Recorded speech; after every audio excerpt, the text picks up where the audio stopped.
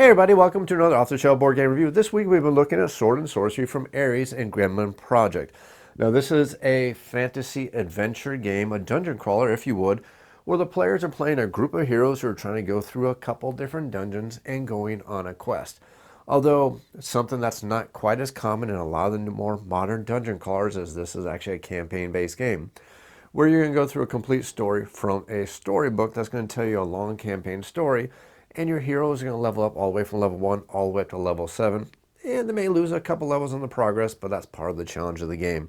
The game is going to tell an overarching story, and by the end of the story, we're going to go through and from fighting lowly, little, low-life monsters all the way up to the final powerful boss monsters. But wait, this is just based on the first box, which is up to the first act only. Act 2 adds a lot more monsters, a lot more adventures, and a final end for the true end of the campaign. Because in the basic box, the players only get to go up to level 4. In the end, they will reach level 7. Well, that's enough about that. This video specifically right here is going to be a gameplay video. Now, if you're familiar with my channel, you know I always put up a couple different videos. One's going to be a quick overview video. One's going to be a gameplay video, a tutorial video also, and then finally there's also going to be a review video. This video right here is going to be a gameplay video. Now, if you want to see any of those other videos, make sure you check out the videos in the series, the overview, the tutorial, and the final thoughts. But this video right here is just going to be a sample gameplay, which does mean there's going to be spoilers. Although to avoid too many of the spoilers, I have the game set up for the very first adventure in the game, which is basically the prologue, and tells a story of why these heroes who died all these many, many years ago have been brought back to life in this very, very troubled land. Now, I'm not going to read you all the text that has the full storyline, but I'm at least read to you the introduction for the very first story so you understand exactly what is going on. Now, for this specific playthrough, I'm going to be playing with 3 heroes. I'm going to be playing with Icarus, or Icarus, however you want to pronounce it.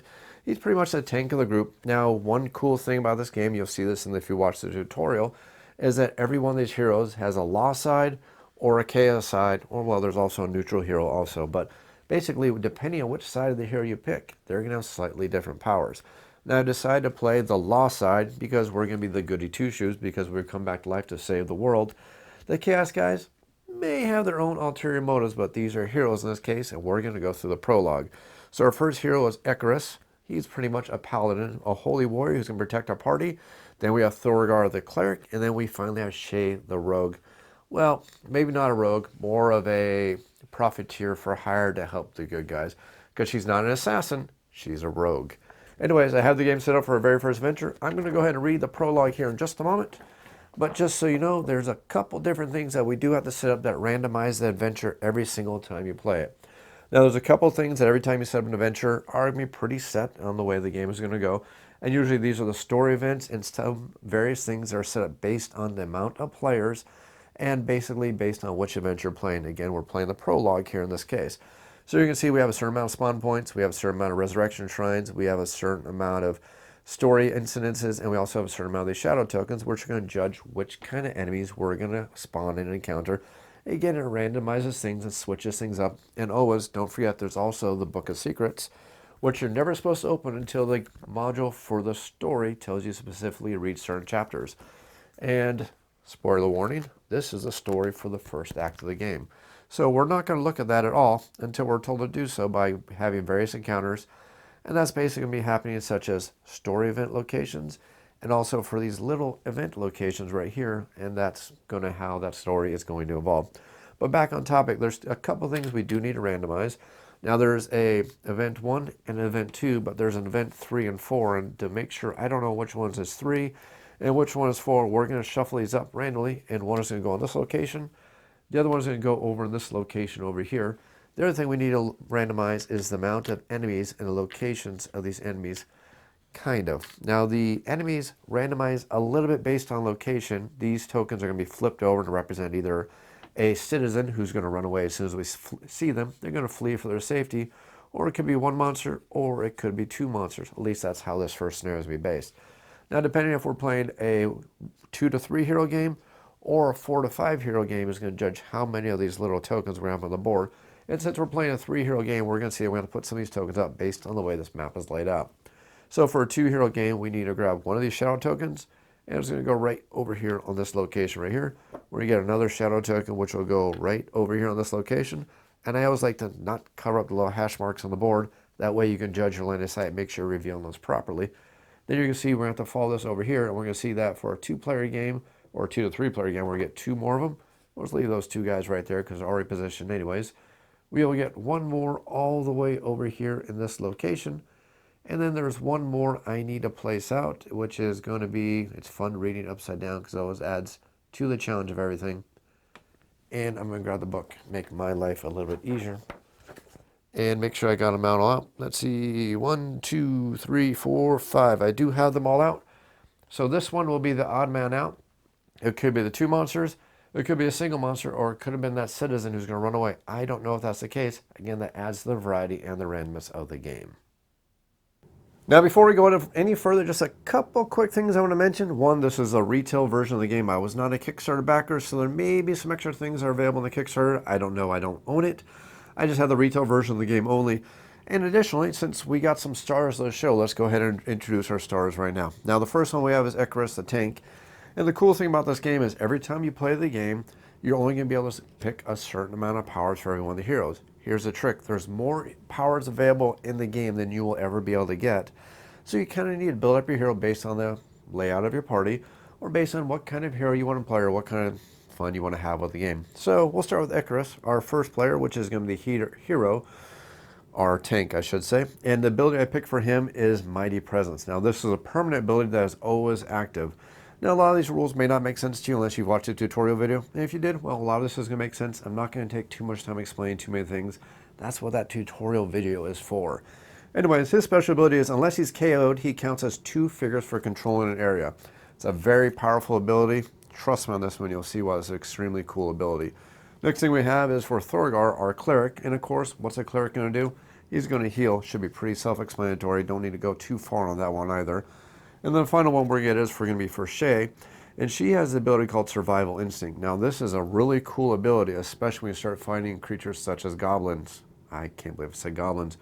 Gremlins. Sorry, a lot of fantasy games like to use goblins. This game uses gremlins because we all saw in the 80s just how nasty gremlins can be, especially with that kind of mohawk. Anyways, what I got for her is Survival Instinct. It says if you suffer damage, you can move 1 area, ignoring all reaction attacks. So, this is going to be a great way to allow her to survive those little gremlin attacks when they shoot out their spikes, because basically as a defense, she's going to move away. So, it's really good because unfortunately Shay only has 5 hit points, which may seem like a lot. It's not.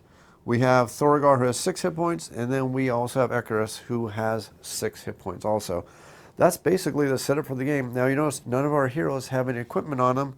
There's a really good reason for that, because they will not get any equipment, or will they? Let's start the story. With my most dramatic reading voice. Prologue. Introduction. Yeah, I'm not a big oral reader, sorry, but enjoy it anyways. In the middle of the night, a mystical event recalls the souls of the ancient heroes to the lands of Talon's coast. Their eyes still see the world as ethereal, veiled with the white mist. An invisible force leads the heroes to a specific point, a city not far from the Heavenshire Monastery.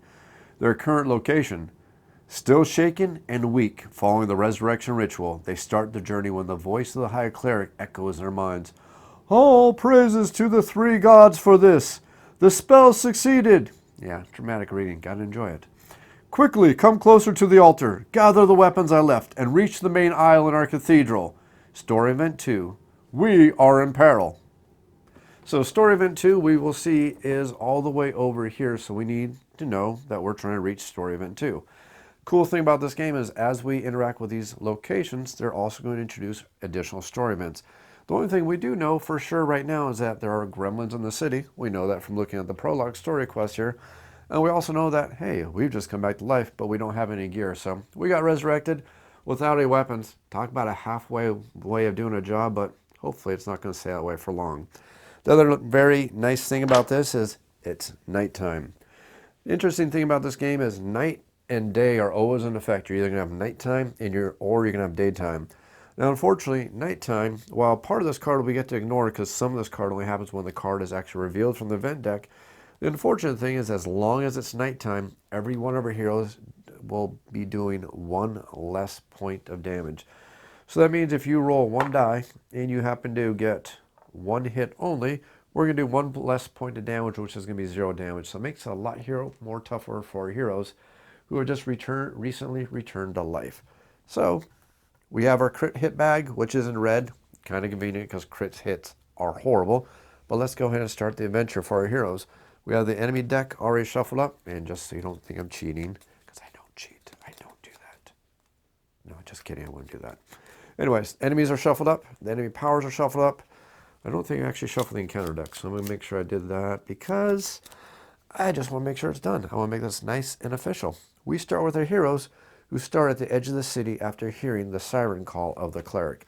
So the first thing we need to do is we need to make sure there's any start of the round effects that are going to happen. That's not going to happen the very first round. Then we need to do any refreshing we need to do. Not going to happen. Then we get the opportunity to spend soul shards to level up. Well, guess what? We don't have any of those. So we get to go directly to the player phase, and we get to pick which one of our heroes we want to activate first.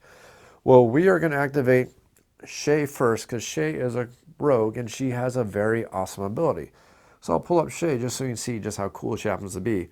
It's called Disarm Traps. It's a permanent ability for her. It says, when you must draw a trap card, draw 2 and pick the one you want to play. That's very powerful. She also has Thievery. You can use any consumable item, ignoring its restrictions. Now, the interesting thing about restrictions is a lot of these items in this game are class specific. Rogues can only use roguely items. Clerics can only use clerically items. And warriors, well, they're going to use the warrior style items. She can ignore that restriction on consumables, which can be very, very helpful for her. So we are going to activate Shay first. Now, Shay has a movement of 5, and this game has a very organic feel. There's no really little hexes or anything on this board. The way you're going to notice the different areas is as the colors change for these regions and also these little hash marks to let you know where the different sections are. So 5 movement is actually a long movement. She could, if that door wasn't in her way, she can actually make it 1, 2, 3, 4, 5 areas. So she can actually travel pretty darn far, which is very, very cool for her. So the first thing we are going to do is we're going to decide that Shay is going to be the first hero to activate. We'll move 1 space without falling over, and we will see that we got our first event here. So we're going to pull up the book, and we're looking at the book, and we're going to see that the very first time that we find waypoint number 1, we're going to read 1.3 in the Book of Secrets. So we pull out the Book of Secrets, and again, I have warned you, there are going to be spoilers. I'm going to spoil this entire prologue for you. So if you don't want to have this spoiled for you at all, it's a good time to turn off right now because I'm about to read. Prologue. Waypoint 1. Some old weapons lie near the altar. Once per quest, each hero moving through this waypoint can spend 1 action to draw and equip up to 3 item cards of his choice from the stash deck. Now this does use your action, and every one of our heroes only starts with 1 single action at level 1. So if I do decide to do this, I'm also going to be hampered later on because actions can be used for extra damage. Actions can be used for attacking. For that attack extra damage, I should specify. They can also be used for opening down locked doors. It can also be used for extra movement and other things that you can do, especially your special abilities. So if I am going to dig through this deck, I don't get my action, but if I don't have any equipment, I'm kind of in trouble anyway, so I don't have much of a choice. So I've used 1 point of my movement. Cool thing about this game is you can interrupt your movement with actions. You cannot interrupt your movement with combat, though. So that's a very important distinction. So we're going to go through this, and we're looking for anything that's dexterity-based that'll be very good for our rogue here. And we also want to consider what our other heroes are wanting to equip. We don't want to take anything that they may find very powerful because, again, this is a team-based game. It's a cooperative game, so we want to make sure we're picking gear that's really good for each one of our heroes and not making any of our other heroes lose out in the end.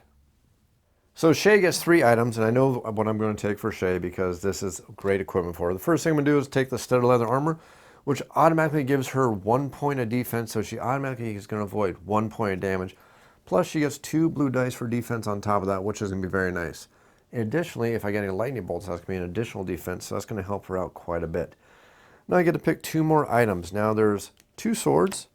We want to save one of those swords for our tank because, well, we don't want a tank without a good sword.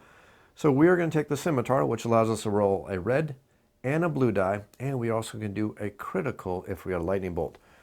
Criticals allow us to dig through this bag, and that can cause a lot of pain to the bad guys. We'll put that as our primary weapon, and no good self-respecting rogue is going to run around without at least a dagger or a dirk in their secondary weapon. So we will take the knife, which is only going to do 2 blue dice in damage, but The cool thing is about it is it's lethal, and it can do extra damage with lightning bolts, which means that lethal bypasses defense. So that is our 3 items for that hero. I'll just leave these cards out right here. Put them off to the side just a little bit because this is our stash deck. And then we will finish our movement. Now we've used 1 point of movement and we've used our action. That's a very important distinction to understand. So we will take our 2nd point of movement and we're going to take a free action. Now opening non-locked doors is a free action. It's the locked doors that actually cost us an action. So we're doing okay. And you also have to remember about this game that this game is a little bit timed. Now most of the time the timer is not going to create too many problems except for some later adventures. But in the early parts of the game, you're not really going to fight that timer that much unless you're really not working towards the end goals. But we still got to pay attention to it because there are bad events in here, and the further you go down the event deck, the more those bad events come out because this deck is not really shuffled. It's kind of a little bit randomized, but the bad stuff is more towards the bottom. The good stuff is usually more towards the top based on the certain story. So I've used 2 points of movement. I am going to do a free action to tear that door down. Well, I will nicely open it, but doors never close in this game. Now we need to pay very close attention to something about line of sight. I need to make sure that this X and this X are not in line of sight of each other because if they are, we're going to reveal this token. Well, I've played this adventure enough times to know that's not the case, so I'm going to continue my movement. Use 1 movement, 2 movement. I have moved 3 points of movement, and now I must immediately freeze my action, remembering that I still have 2 points of movement, but none of my normal actions left. I do have all my free actions available. And we will reveal this token. Now this token is going to be revealed and show that we are going to get 2 enemies. Now normally enemies are going to be controlled by specific players. I'm going to kind of sidestep on that because that's not going to be too much of a problem. I'll mention it just so you know how the game is properly played, but I'm going to keep the enemies over here and I'll just kind of remember who controls each one of the enemies. Watch the tutorial and understand what I mean about that. But the first thing we will do is we will draw our first enemy. It will be a... Ooh, that is not a good start. Or maybe it is a good start. We'll see how this works out. We will get a blue gremlin, which is going to be a 2-dot gremlin. Now the way I differentiate these until I have them painted is the ones who have the range attack are going to be the 2 dots. The ones who do not have the range attack are going to be the single dots. Now that works for the gremlins. That works for the brigands. That pretty much works for all of them. You'll understand what I mean when you start playing the game. But the range attackers, I always make have the 2 dots. Look for the 2 dots on the card. So this gremlin is going to come into play, and he's going to be a little bit extra nasty because he comes into play with a power. And his power is going to be all attacks inflict fire. 2. I hate this guy already. Okay. And for each gremlin he rolls, he's going to do an extra point of damage.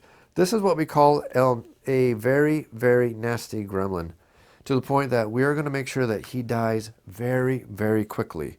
Our next enemy we will encounter will be a green gremlin. Now this blue gremlin will be controlled by Shay. The green gremlin will be controlled by Icarus. And again, watch the tutorial to understand to make the difference. I'm just going to keep track of that in my brain here. So we do have a green gremlin. It is a single dot, so we will get the non-ranged one. He will go in that space right there. Now we have a couple different options of what we can do here. Interesting thing about this game is the really cool AI. And I still have to draw a trap card. I'll do that in just a second. I'm trying to explain this little part to you right here. So we have the green gremlin and we have the blue gremlin right there. I'll set the rest of them off to the side. Now every one of these creatures has their AI and tells you how they're going to act and how they're going to activate based on how close they are to our heroes and everything like that.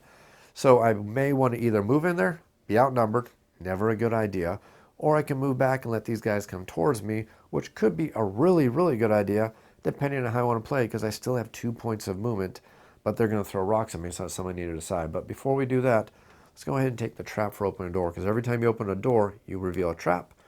Every time you open one of these treasure chests, you're also going to reveal a trap. So we're going to draw 2 trap cards, because Shay has a special ability, and then I'm going to look at these 2 cards, and I'm going to figure out which one of these I want to suffer. So the first thing we will get is Flames. Wow, this dungeon's just giving us a hot time already. Flames is, make a save. If you fail, take lots of fiery damage. Goes really nice with this gremlin. I bet he set the trap, because that sounds like something a gremlin would do. I bet he has a mohawk. I bet you. Other one is, oh yeah, easily. No effect, no trap. Kind of a no-brainer. I'm going to take the no trap effect because, well, fire, bad. Anyways, so I still have 2 points of movement, and like I said, I could go ahead and charge in there, try to make an attack and hopefully take out one of these gremlins. But there's a good chance that I will be outnumbered at that point, and I really don't think that's a great idea. If you look at the gremlins, we see that they have a certain amount of movement. If they attack with 0 or range, they do a claw attack. 1, 2, or 3, they're going to move and then attack with their claws. But I think I'd rather pull them back towards our heroes. That way our heroes don't have to move that far to get them. Although then we're fighting the timer, so maybe it's not a good idea. But the other thing that I really am trying to consider here is if I move up here to attack these guys, guess which also gets revealed. That's why we're going to go ahead and back up. So I moved 1, 2, 3. I'm going to move 4, and then I will move 5. That blocks line of sight at least, so that makes us a little bit happier.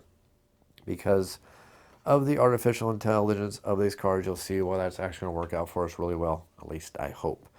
So our hero has finished activating. So after every single hero activates, first thing we need to do is flip over their gems so we don't forget that they did activate. Cool thing about this game is heroes get to pick the order they want to activate on their turn. Now the bad guys get to activate, possibly based on encounter cards. Now remember, Shay controls the blue gremlin. The green one is controlled by Akaris. Why is that important? Well, if this card I flip right here says activate one creature, it's going to be the creature controlled by Akaris. I'm sorry, by Shay. If it says activate 2 creatures, then I'm going to activate both of them. But let's say I had 3 creatures out and every one of our heroes controlled one of them. We always go clockwise, so it would be Shay's creature would attack, Akaris' creature would attack, and if it said 3 creatures activate, then Thorgar's creature would attack. So that's why it's important to always remember that. Make sure that you put the heroes, the monsters with the heroes they control. But try and get this as much as I can on the camera for you guys, but just understand that's how the rules go. So we flip over our encounter card, and it says, activate all blue enemies. That's the guy with the fire. Well, there's a blue enemy, so we will just do the very first thing it says. It says Veteran Assault. So we will put this right here to remind us that we hate the blue gremlin. And then we will simply look at the blue gremlin card. Now, a couple things to understand about the blue gremlin. He has the power of Thief. If his attacks with the claws does any damage at all, we're going to lose a coin. He also has banding, and this is the main reason why I backed up. If the gremlins outnumber you, they do extra damage each. So if I would have drawn an unlucky card where both these would have attacked, they both would have done an extra point of damage against poor Shay, and she probably would have came close to dying at that point right there. That's why we backed up. Now the other reason why blue gremlins are really, really nasty is because every time you hit them, they shoot spikes at you. Very bad. That's why we have very cool other powers, hopefully. So we have figured out what we're going to do here. The first thing we're going to do is we're going to see if there's any heroes. Looking at the AI, we're going to see that they're going to attack the richest player within 0 spaces. That doesn't exist. So we're going to look for the richest player within 1, 2, or 3 spaces. We're going to see that we're going to move up to, I'll flip it over so I can read it. We're going to move to engage and attack with his claws within 3. So the first thing it's going to do is it's going to look for the richest player. All of our heroes are broke because they just came back to life. Come back from their side, they don't give you any money. I know, they don't even give you bus fare. They're kind of cheap about that. So there are no heroes who have any money, so we'll bypass that. The next thing they're going to look for is the hero who has the most wounds. Well, luckily they don't give you bus fare, but at least they do let you come back with all your life. Well, kind of. So nobody's injured, so we're going to bypass that. We're going to look for the next category, which is the hero who has the least amount of hit points remaining. That's poor Shay. So we'll move 1, 2, and 3. We're going to see that Shay is not quite in range, so we're going to have to do the 4-point attack, which I should have moved to when I explained this. I guess I need to learn how to count. But 4-point, it says attack twice with a stone and then move 1 area. So actually, I will even look at this even better. So we're going to see if there's any heroes within 4 within line of sight that it can attack. Normally it would target Shay, so this is actually a really interesting situation here. So within 4, it would attack Shay since she has the lowest amount of remaining hit points. But the cool thing is if we read this in order, the order it says is we're going to find the hero within 4 squares that it can see, and it's going to attack twice with that stone. But we have to use the line of sight rules. Well, this square and this square are not in line of sight. This square and this square are not in line of sight. And this square and this square are also not in line of sight. So he's not going to attack with those squares at all. So he's just going to simply move up towards the closest hero. So he moves up, and that's why we retreated, because that was the much, much, much smarter decision on what we should have done. So that is it for that hero's activation, and that's it for that enemy's activation. We now get to go to our heroes. Now, I know at this point that Icarus is the one I want to activate because we need to get Icarus to get some gear so we can take out this nasty little gremlin. And the cool thing about Icarus is he will outnumber that gremlin, which means he's going to get an extra 1 point damage, which will counteract that knight effect. So the first thing we'll do is move here. We know what the waypoint means. We get to get some gear. So let's go ahead and look through that stash, and trust me, I already know what I want here. First thing we want is we want the shield. Guess what? Take less damage. That's a good thing. Next thing we want is we want chainmail. Also, take less damage. Also a good thing. And then finally, we want the broadsword. Broadsword is right there. Broadsword is do damage. Also a very good thing. So we have moved 1 point. Unfortunately, we have used our action to get our gear. Trust me, we want our gear. We still have a little bit of movement left over. We actually have 3 movement, but we are going to stop where this gremlin happens to be, and we are going to attack that gremlin. So we look over our card here. We'll see the broadsword gives us 2 red dice to roll. If we get any lightning bolts, we're going to do plus 1 point of damage, and if we get a second lightning bolt, we can also re-roll a die if we want, if that's what it comes down to, if the other die just doesn't look that good for us. The trick is here is every time we hit that blue gremlin, he's going to hit us with 2 of his spikes. Luckily, our shield and our chainmail will block that, so we don't have to worry about that. Now, I dominate the square, so I got plus 1 damage, but it's nighttime, so I lose a point of damage, so it's basically on null effect. So we're looking for the roll of dice, and I need to get some hits. So I'll roll the dice, and we will get a hit and a star. We will also get a hit and a lightning bolt. So that means I will get 1 point of damage, 2 points of damage. I will get a lightning bolt, and with that lightning bolt, I can choose to re-roll a die. I'm not going to do it. I'm simply going to add 1 point of damage. That is 3 points of damage to this gremlin right here, who unfortunately is resistant to slashing attacks. We see that the broadsword is a slashing weapon. So after all the math, we're going to do 2 points of damage to this gremlin. Could have been worse. Could have been better. Could have been worse. But we now see that he's 2 points of damage, and now our hero cannot move anymore because once you attack, your movement is done. So you attack and move and attack, or other actions. So basically our hero's turn is done, so now it's time to figure out what the bad guys are going to do. We'll flip over a card, and it is Dark Ritual. Activate all magic enemies. Otherwise, each enemy recharges 1 of its special powers. None of these guys have it. That's important for the bandits. And each enemy heals 2 hit points per act. Dirty gremlin. Insert mute while I say some swear words. Sorry, it's a family show. I can't do that. So, all that work was for naught. It is the end of Icarus' turn. It could have been worse. Could have been better. It's time for our cleric to go. Thurgar is going to activate. Guess what? He is also going to gain some equipment from the stash. And he is going to look for that mighty, mighty battle hammer, which has a tendency to hit really, really hard, which is really, really fun. And we will look for, where's that other studded leather armor? Wasn't there another studded? Nope, there's only 1 studded, which went to, I gave that to the rogue, right? It is. So I should not have done that. Oh well. Hindsight is 20/20. I meant to do that the other way, and I'm not going to do a take back, so we'll just live and learn. So we are done. It is now time for our second point of movement, because our cleric does have 3 points of movement. And we are going to smash this dirty little gremlin into the ground. I get 2 red dice, 2 blue dice, maybe a KO, maybe some extra damage. But remember, we're at -1 to our damage, +1 to our damage because we dominate the square. That is basically they null each other out. I don't have an action input for an extra point of damage, so we're basically going to rely on the roll of the dice. And the dice have failed me. The dice have failed me. And what could have been worse? So we did 1 + 2 is a total of 3 points damage. Shield does nothing. Gremlin does nothing. So we have now done 3 points of damage to this horrible, horrible, lowly creature. Now we used a blunt weapon, so it's going to do its full 3 points of damage. The lucky little thing had it dominated him and tore him apart. But oh well, that's okay. Part of the challenge of the game. So that is the end of Thorgar's turn. We now have our encounter. And it says activate all purple enemies. Otherwise, activate all highest rank enemies. I was so hoping that would not happen. Fire, bad. Fire, very, very bad. So, he is the highest rank enemy. He has fire 2, and he is now going to attack us. But before we do that, I must remember his spines for both of our heroes before that we go anywhere. So, our paladin takes 0 damage because he has 2 points of armor. Our cleric is going to take 2 points of damage. Luckily, he has 3 blue dice he can roll to try to reduce that from the spines of the from the blue gremlin, from his defensive ability right here. So, let's hope I roll 2 shields.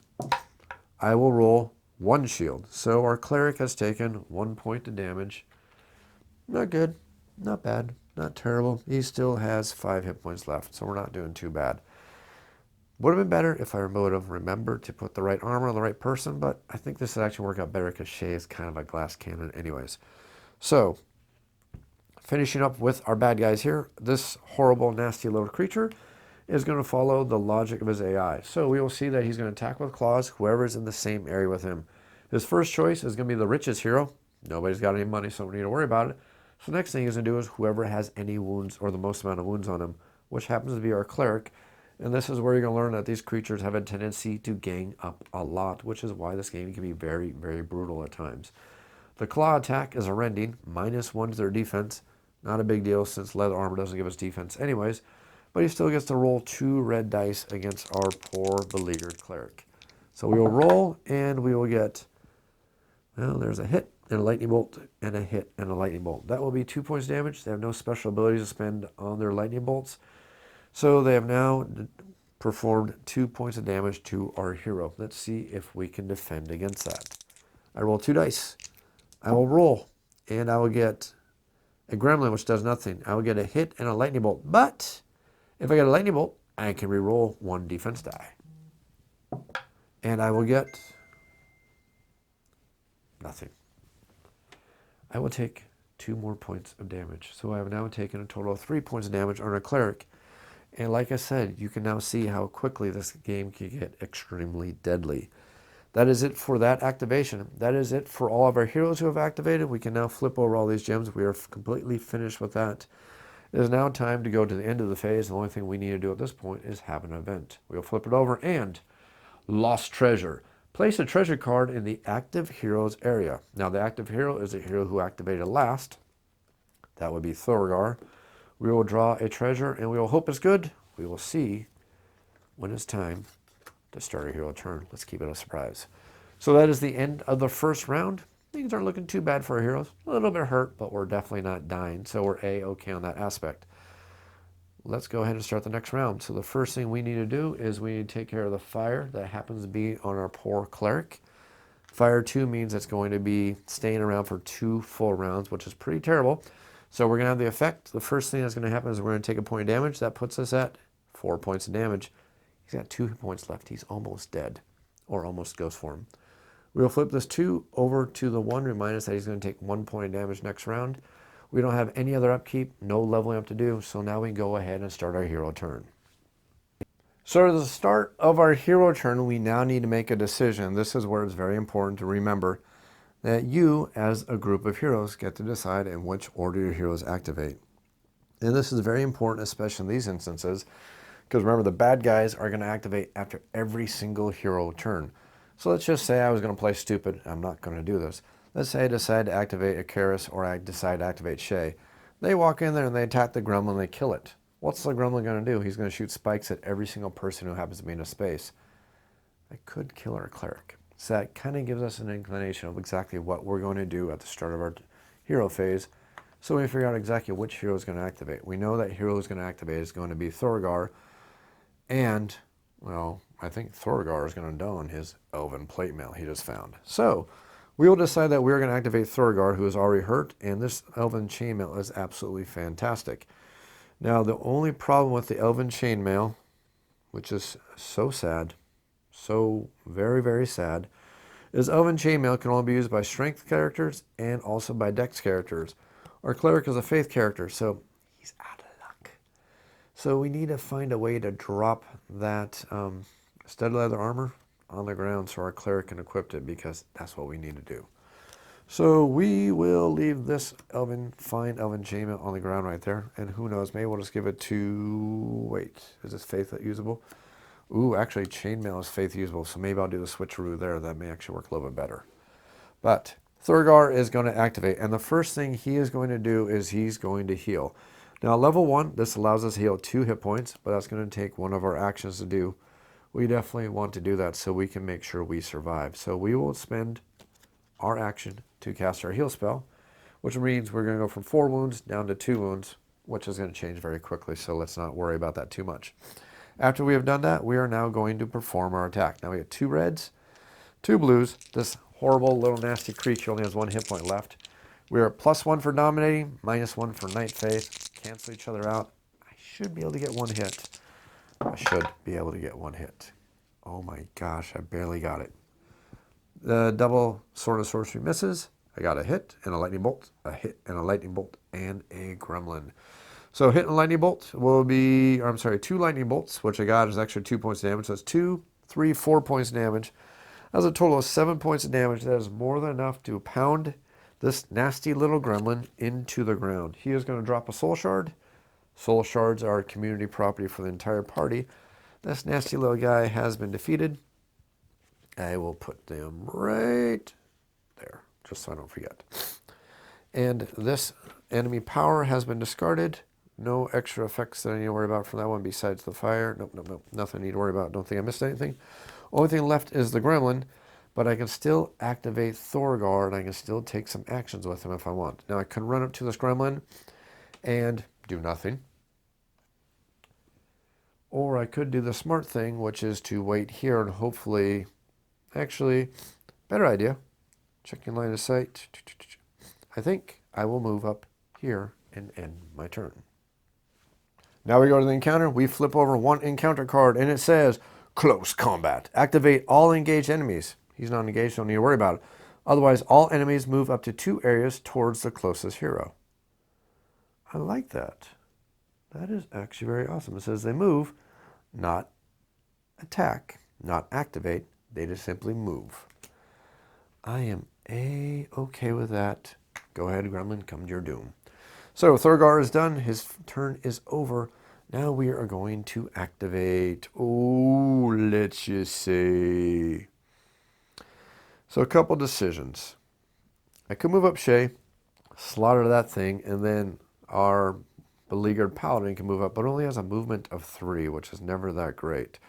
But if I move up and attack, he's pretty much done anyway. So I think that's probably the smarter decision without even thinking about it. So we are not activating our paladin yet. So we're going to activate Shay. So we will move 1, 2, and 3. And then Shay is going to attack with her scimitar, which is a red and a blue. And if we get a lightning bolt, we get to perform a critical. And if we get the snake heads, or the double SS, we get to perform an extra attack with this weapon against the same enemy. Let's go ahead and cause some pain. And we get 2 hits. And we get 1 more hit. That's a total of 3 hits. Plus we get a lightning bolt, which would have been a critical, which means we could have reached in the bag, but we don't need to do that because he's dead. We did 3 points of damage to him. He is going to drop 5 coins on the ground. We'll dig and dig and dig and dig and dig and dig because I should have prepared better. And he will drop 5 coins on the ground. And he will be defeated and go into the discard pile. And then Shay will decide that,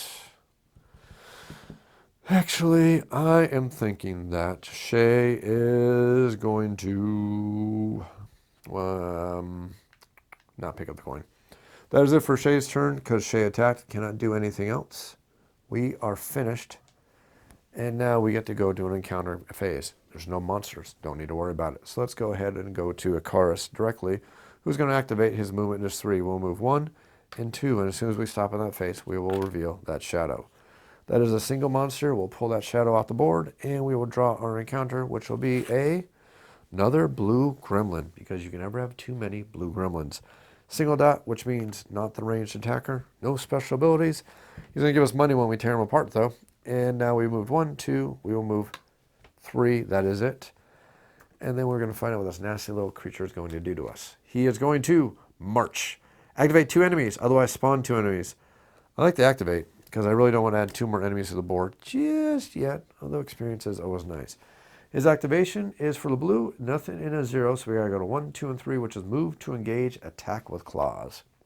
Move to engage, attack with claws. So, actually, nope, I left the money on the ground, so he is going to, wait, richest. Nobody has money. Money is on the ground. We should be fine, right? Hold on. I got to make sure I do this correctly. I may be doing this wrong. So, 1, 2, 3. Actually, I was doing it wrong. Good thing I'm catching myself. So, we don't have a richest within range. So, he'll attack the person within range who is hurt, which is going to be our beleaguered cleric, unfortunately. So, 1, 2, 3. He's going to go 1, 2, and 3 to go ahead and try to tear apart our poor cleric.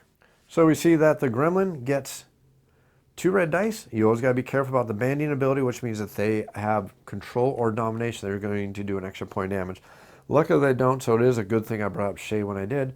So the only thing I need to do is roll 2 red dice against our poor cleric, who is already hurt, is already on fire. Kind of a hot time for our cleric tonight.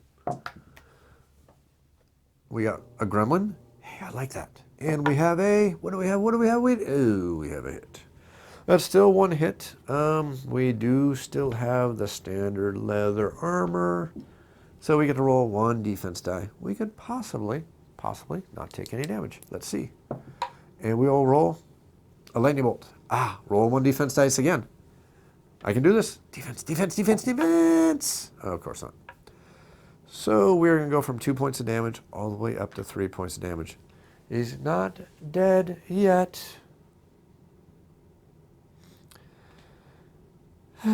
Well, darn.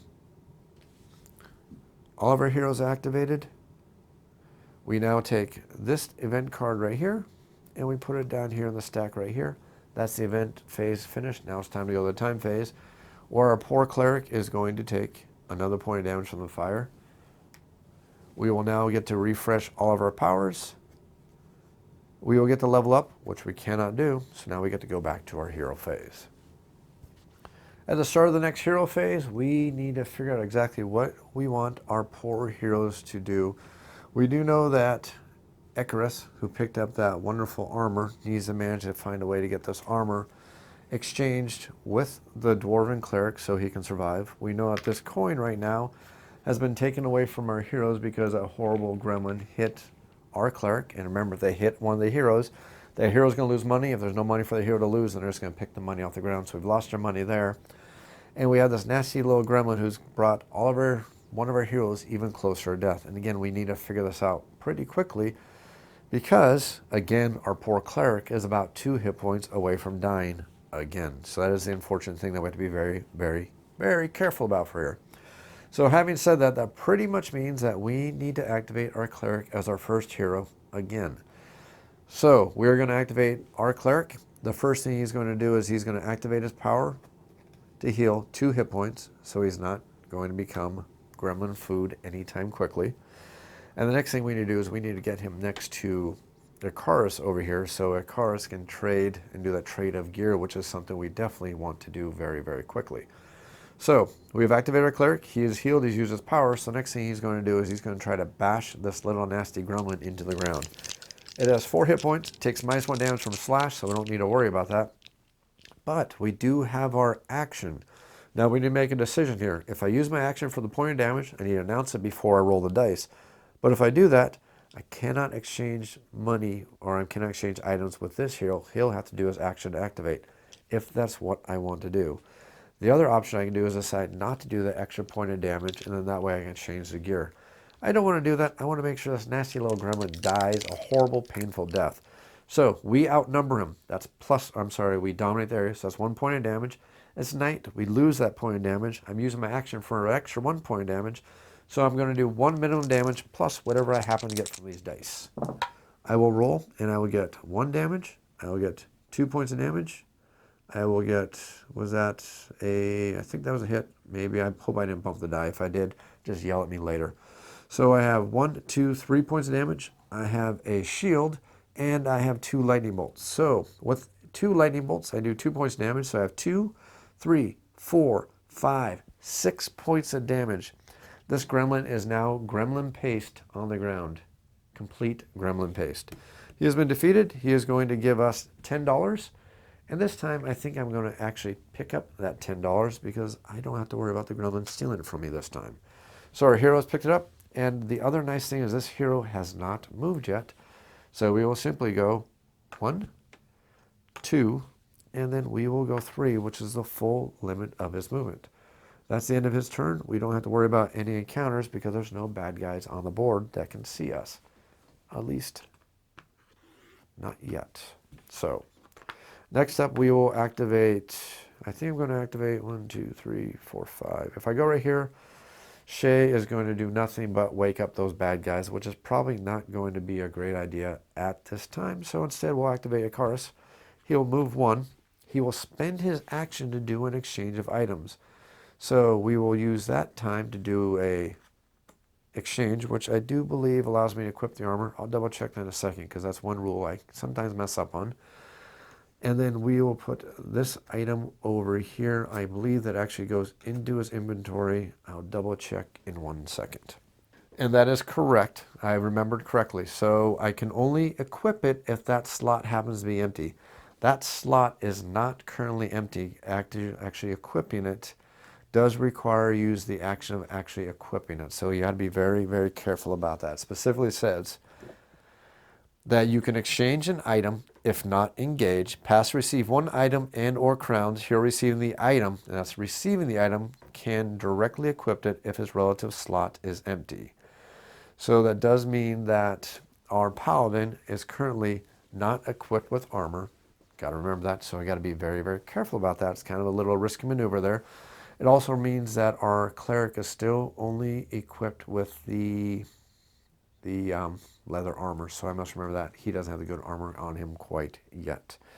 So Icarus has moved 1 point. He's used his action. And remember, no armor on them all. This space costs 2 points to enter. Let's go ahead and enter, and we will reveal 1 monster.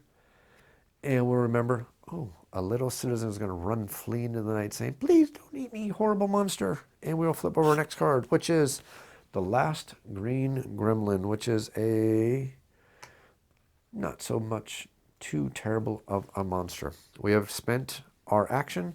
We have moved as far as we can. We cannot perform a combat action since we're too far away, so let's have our encounter.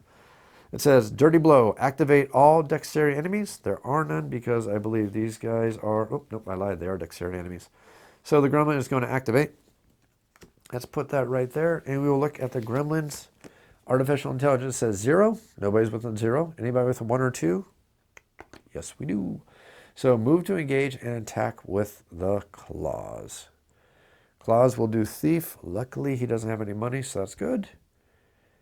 And he will be the only target no matter how we look at the AI, so we're doing good. So he's going to charge on up to our hero, and he's going to attack. Gremlins that are green roll 2 red dice. We get 1 automatic defense from our shield. We don't get our defense from our armor, though. We'll roll 1 hit and 1 miss. That hit, we have to be careful because green does not have the armor piercing, so we're okay. 1 point of damage. Our shield easily blocks that 1 point of damage, so we simply smile and laugh it off because we do not take any damage at all. That's it for Icarus. Now we will go to Shay, who will move 1, 2, 3, 4, 5. And guess who we outnumber right now and who's going to get smacked around just a little bit. So we roll a red and a blue for our scimitar. We are going to announce that we're doing 1 point of damage because we're going to spend our action to do a point of damage. We will lose that point of damage because it's night. We will gain that point of damage because we dominate the area. So I'm going to do 1 point of damage extra. Red and blue, it has 3 life. And we get a hit and a star, and we get a hit and a star. That's 2 points of damage, plus 1 more is 3 points of damage. It has 3 life. It is defeated, and it will drop a soul gem. We have defeated all the bad guys so far.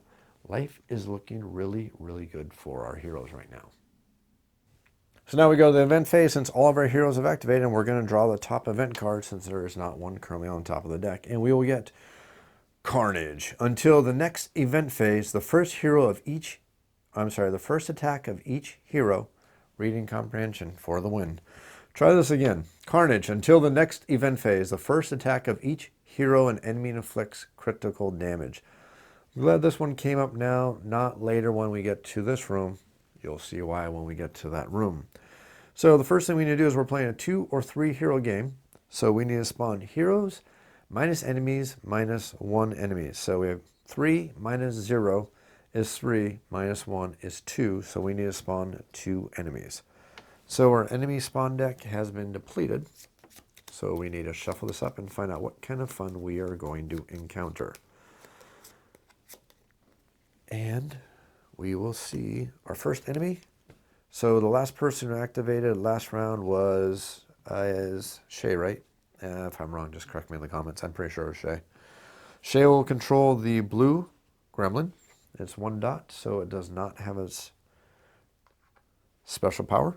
And then the next thing we will have to deal with here is a green gremlin. That will be controlled by Thorgar, or by Icarus. Not too big of a deal. So we have a green gremlin. They do not outnumber us. Matter of fact, we outnumber him because remember, Icarus counts as 2, so we're 3 to 2. So we don't have to worry about their banding ability. Now we get to move to the top of the new round. The trick here is if they hit us, we are going to take criticals. We got to be making sure that we take these nasty little buggers out very, very quickly.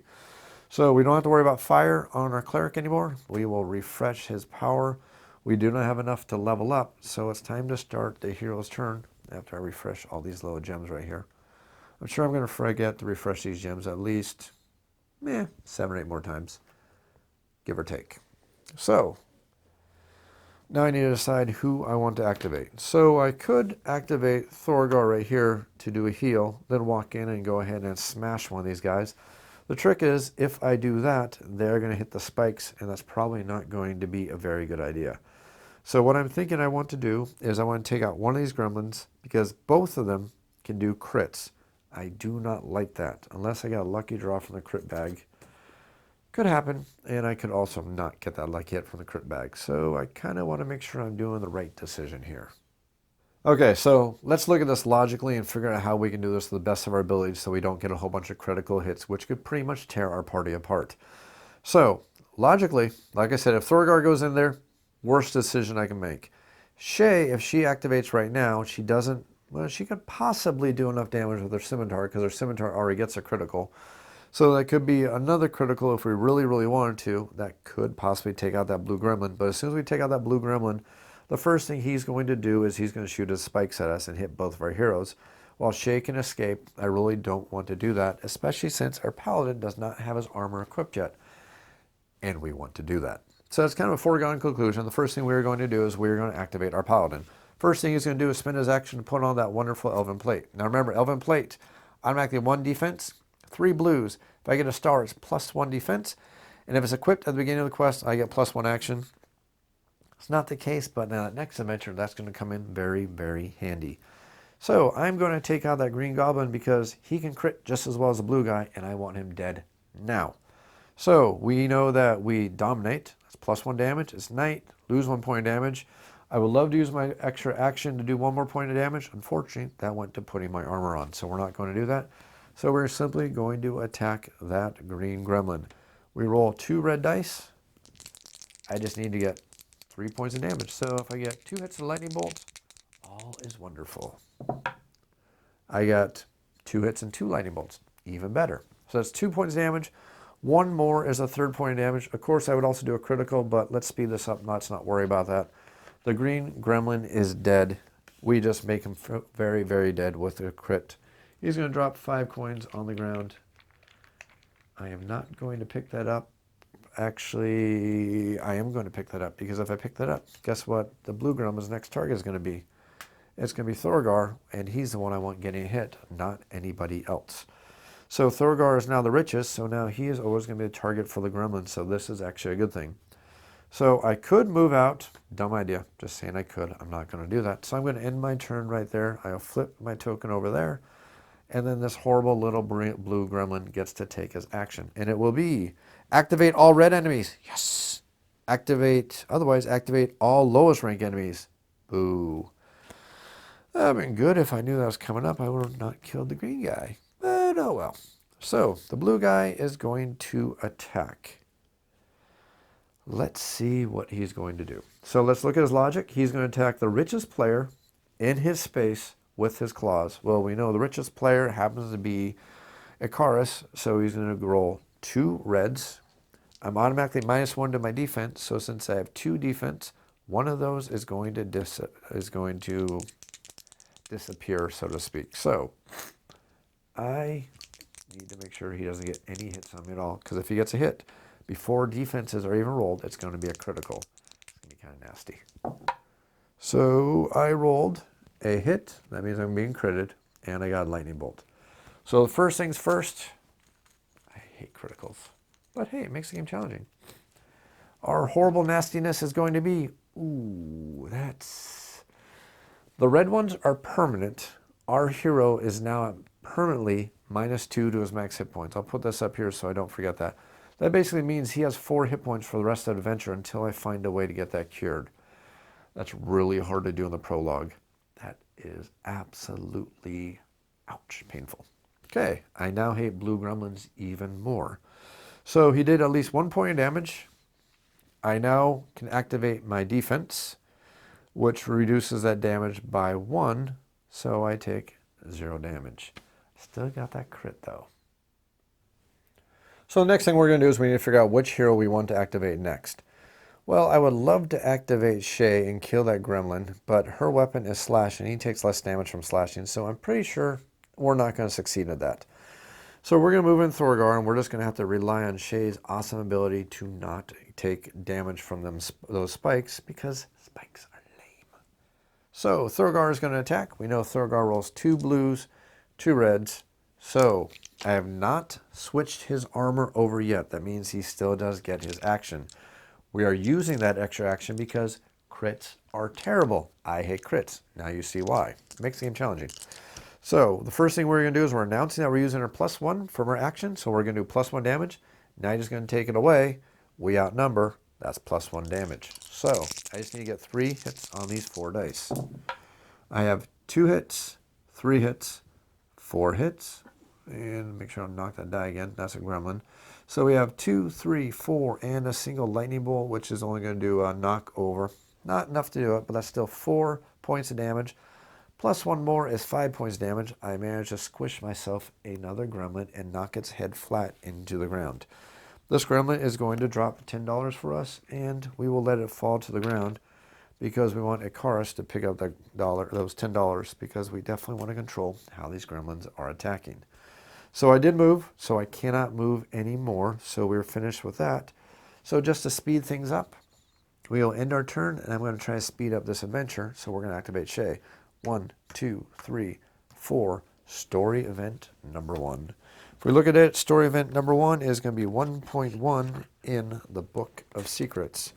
We read with our most thematic voice. Okay, I'm not going to do that to you. The heroes reach the city at the first light of the sun. Beyond the gates, a vision of blood greets them. Swarms of gremlins are attacking buildings and people alike, starting fires everywhere. Place event 4 in play and resolve it.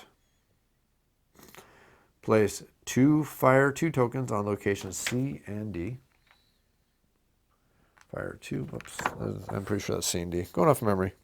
Yeah, that's it. C and D, which is right there and right there. And let's see, place event 4 in play and resolve it. Event 4, it's now daytime. This is much better. Now we don't have to take that -1 penalty every time we attack from our damage. It's actually better. It says, now, I will read from the prologue, and it says, during the day phase, no additional effects, but the nice thing is we don't have that negative going on anymore from the night phase, because it can only be day or night. It can never be both, and one always cancels the other. So it says, read and apply the day event effect and discard it and described in the storybook, which is what I just did. So now that we've caught up with that part, the next thing we need to do is this spawn gate right here. It gets removed from the game. This spawn gate right here is now open. And then it says place story event 1 card reveal side on top of the event deck. That does mean that there are no more fears of crits for now, but once that card comes back again, we need to worry about crits. So whatever happens to me in this area, we better kill them really, really quick. So that is it. And it says the entrance to the cathedral is clearly visible to the heroes, yet as they walk toward it, something attracts their attention. Some dangerous-looking humans clad in heavy leather armor, carved with strange symbols, and wielding curved blades are opening a chest on a cart. But as one, they turn towards the heroes. Soul nature choice. So law heroes have to make the law choice. Neutral heroes may make the neutral choice. And the chaos heroes, darn it, we're the goody two-shoes, but they got to make the chaos choice. So law, drive away the raiders, go to 1.6. Story event. The heroes notice a wounded merchant lying near the cart. The raiders, knowing that they have been discovered, prepare the weapons for combat. Place 1 green raider in story event area 1, or 2 green raiders in 2 if there are more than 3 heroes. There is not. So we will pull out the enemies that I had already prepared earlier. Oops, that's the gremlin. Let's not put that one out yet. Not that one. Not that one. That one. So we get a green raider, who's worth some money when we manage to take him out. He is a single dot, so he's one without the bow. He goes in story event area number 1. Then we get to spawn hero minus enemies minus 1 enemy. So we're going to spawn 1 enemy, and that spawned enemy is going to be another blue gremlin, because you can never have too many blue gremlins. Actually, yes, you can.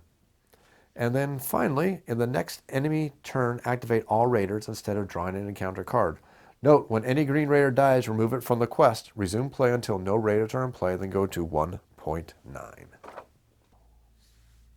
So we know that the raider is controlled by Shay. We know that the blue gremlin is controlled by Icarus. Put those out to the side, and we will draw out the green raider artificial intelligence card. So we're ready for this nasty little guy to be ready to cause us a little pain. Now just go over this really quick with you. They attack with their sword, and then they move away. They attack with their handbow, and then they move away. They use aim shot, and they cause a lot of pain, and then they move all over the place. If any hero moves into its area, notice she's already there, so that will not count, they will move 1 area away, unless the hero saves. Dirty trick, if they hit with their sword, they also blind and crit. Yeah, criticals are horrible. Aim shot, they start with one of these aim shot tokens. So I'll pull that out before I forget. And then finally, they have the ability of Shadow Strike. Yeah, these guys are pretty darn horrible, and that's just a green raider. Wait till you see the blue and the red ones. They're lots of fun.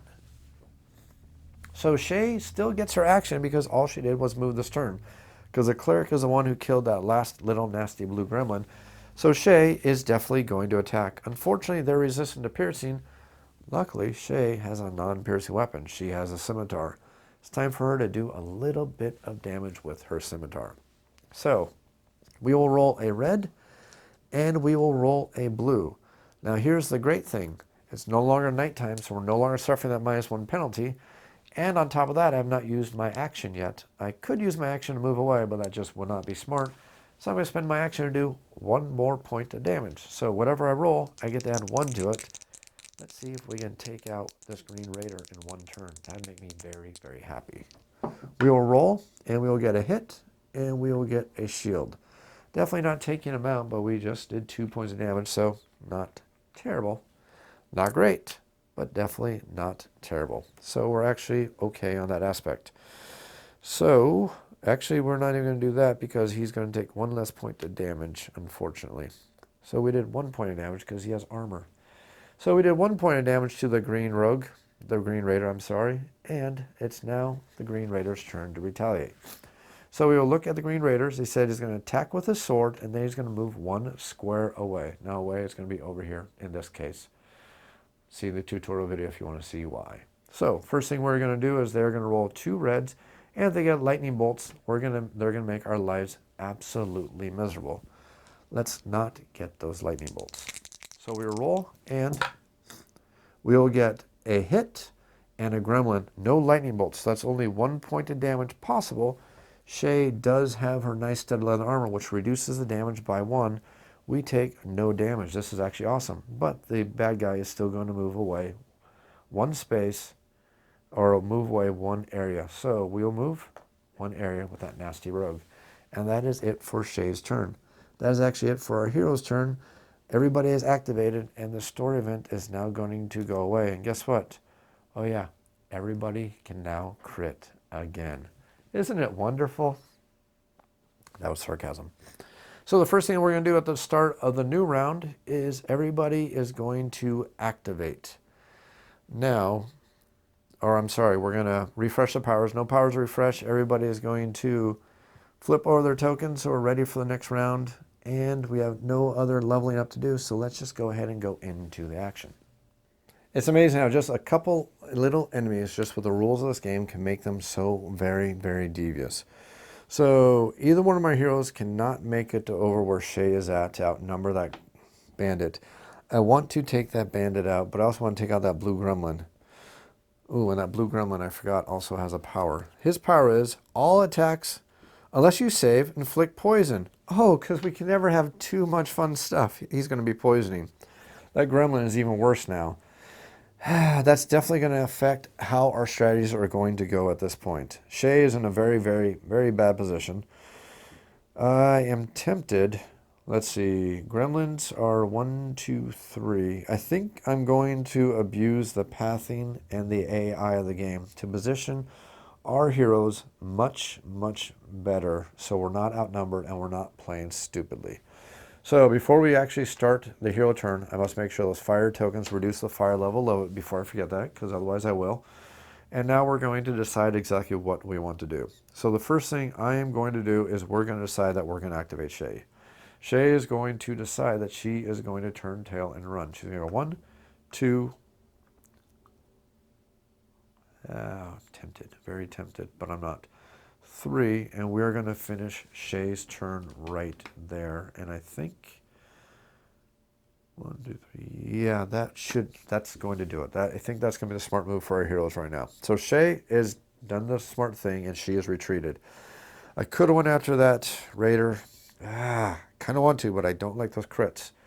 The Raider's AI says that he will go 2 to 3. 1, 2, 3. So I really think that's the best way to do it. And that is going to be it for Shay's turn. Now we get to figure out what the bad guys will do.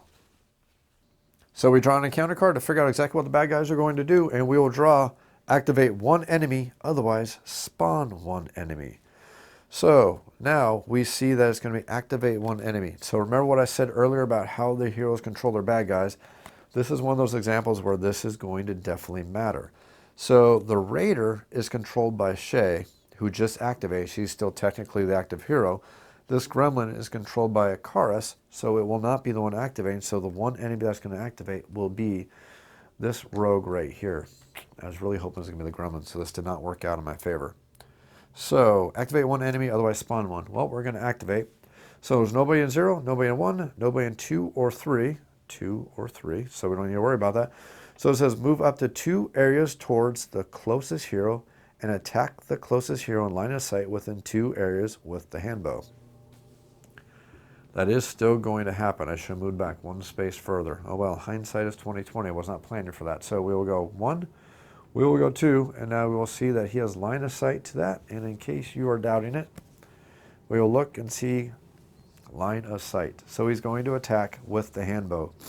The handbow actually hurts quite a bit, but not versus the rogue, because all the big power of the handbow is a take away defense. The handbow is great for tearing apart big old knights with their mighty armor. Not so great against rogues, so I'm not too worried about this at this time. So it's going to attack me with this handbow. It does 2 blue dice, and it automatically does 1 more point of damage. And the special thing for the handbow is aim shot. Aim shot does not happen yet, so I don't have to worry about it. So let's roll the dice. We have 2 hits and 2 stars. Nothing to do with the stars, so we just have to worry about the 2 hits. Unfortunately, the handbow also already does 1 hit, so we have now taken 3 points of damage, which is more than half of Shay's life. Luckily, Shay still gets to roll 2 blue defense dice thanks to her studded leather armor. She doesn't get the automatic 1 defense because remember the handbow strips away 2 points of defense. So all we get is 2 blue dice versus 3 points of damage. So we're going to take at least 1 point of damage here. Let's hope we take a lot less. I have rolled 2 shields. Yes, that is actually really, really good. So 2 shields means we take only 1 point of damage. That's actually not that bad. That was a lot better than I thought it was going to be. I was actually ready for a lot more pain than that. So that's it for Shay's turn. We will flip over Shay's little gem token. It is now time to figure out which hero is going to go. And it's going to be the hero who is going to lay the pain. So I am thinking, looking at the way things go here, I will activate Icarus right here. And he is going to go try to do some mighty awesome things. So we'll go 1, 2, 3. His movement is 3. We now dominate this area because we have twice as many models in this area as our enemy does, thanks to our Mighty Presence ability. So that's +1 damage. I have not used my action yet, so that's going to be +1 damage. I'm going to roll 2 red dice, and let's see if I can hurt him a lot. Let's see, this guy has 1 point armor. He has pierce resistance. I'm not using a pierce, I'm using a slashing weapon. So I get to add 2 points of damage to whatever I roll. I think I can take him out. I will roll a damage. So that's 2 damage from the roll. Domination is a 3rd point of damage. Plus, since I decided to use my action, that's 4 points damage. 4 plus 1 is 5.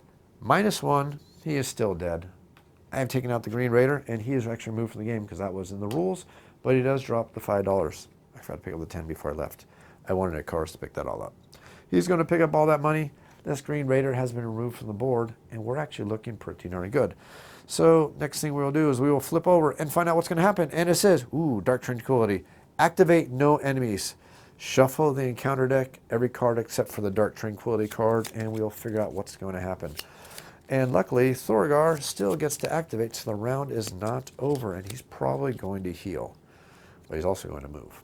So, Thorgar, 1, 2, and what is it? Range of 3, right? 1, 2, 3.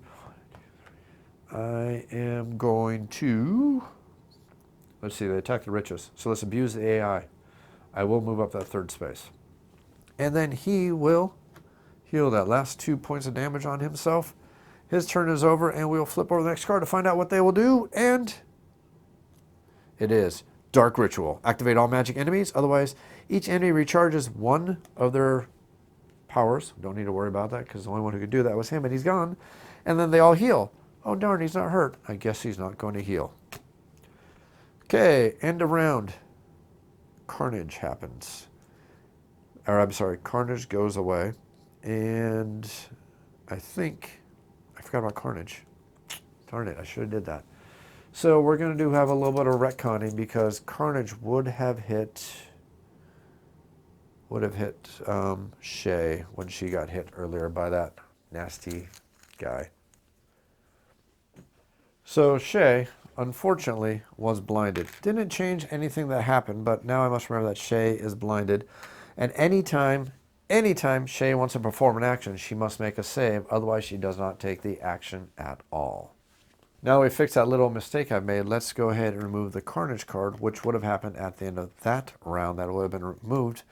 Now we don't have to worry about Carnage anymore, and now we can go to the top of the next round for all of our heroes. Refresh all their powers. Do not have enough experience to level up quite yet because the cards have not been in our favor. Hopefully that'll change very, very quickly. So top of the new round, we refreshed everything. These last 2 fire tokens will be disappearing. That's a good thing. That means we can get to that door. And now we got to start with our heroes next turn. So the first thing we are going to do is we're going to activate Shay because she's our big unknown anyways in this aspect. And 1, 2, 3, yeah, that's pretty much a big unknown. So let's activate Shay. The first thing she needs to do is she needs to make a save. Now she saves on a hit. Saves are always performed with the blue die. So we are going to roll, and we need to get a hit. If we do, she'll get the move. Let's hopefully see if we get it. We got a hit, so that means that she can perform this movement action. I will go 1, 2, 3, 4.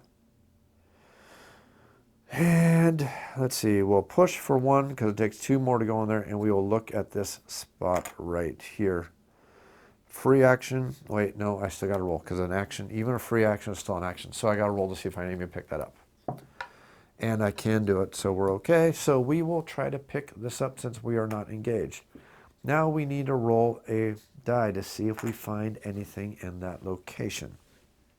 So we're going to roll a red die, and if we roll a lightning bolt, we get to grab one of these. If we get a star, we get to get one of these treasure cards.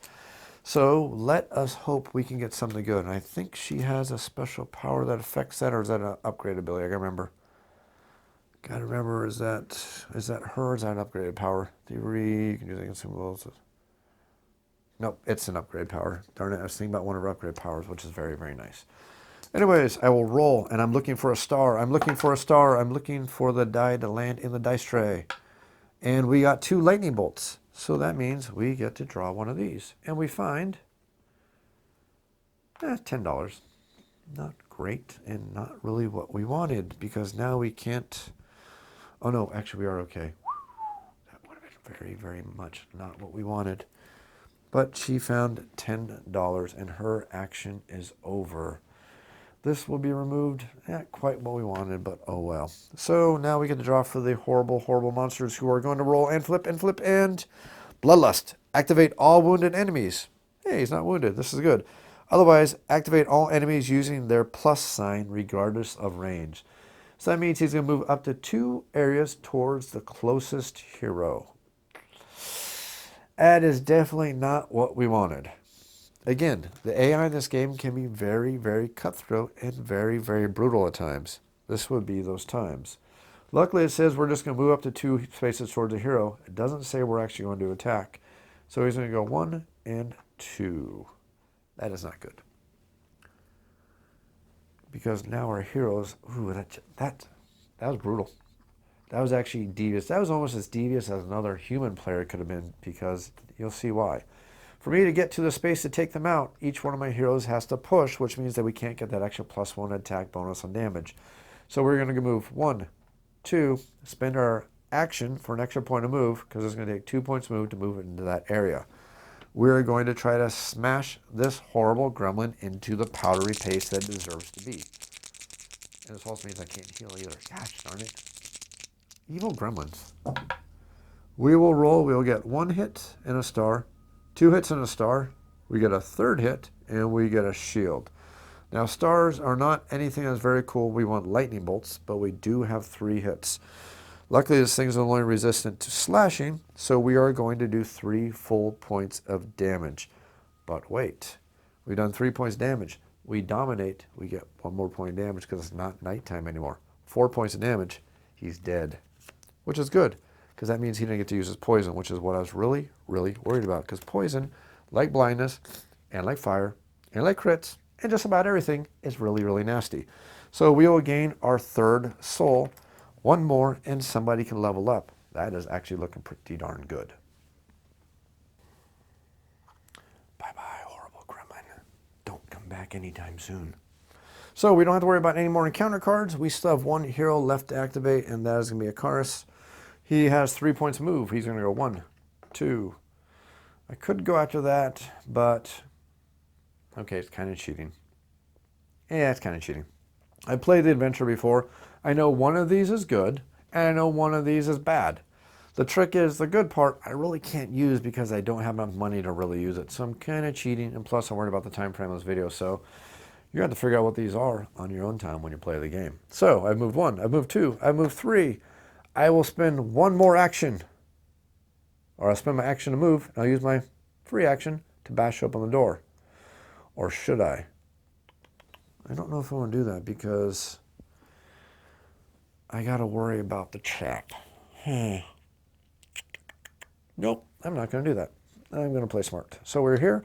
I'm going to go 1, I'm going to go 2, and I'm going to go 3, and I'm just going to simply stop there. That's it for our heroes. That is it. We now get to go to our event phase. Anti-magic wind. Until the next event phase, all heroes and enemies cannot use star effects. Oh, well, we got to spawn more monsters, because you can never have too many monsters in a game like this. So we have 3 heroes. We are going to spawn, 3 enemies. Okay, so Akaris was the last active enemy, so this first card is going to be his. He will get a green gremlin.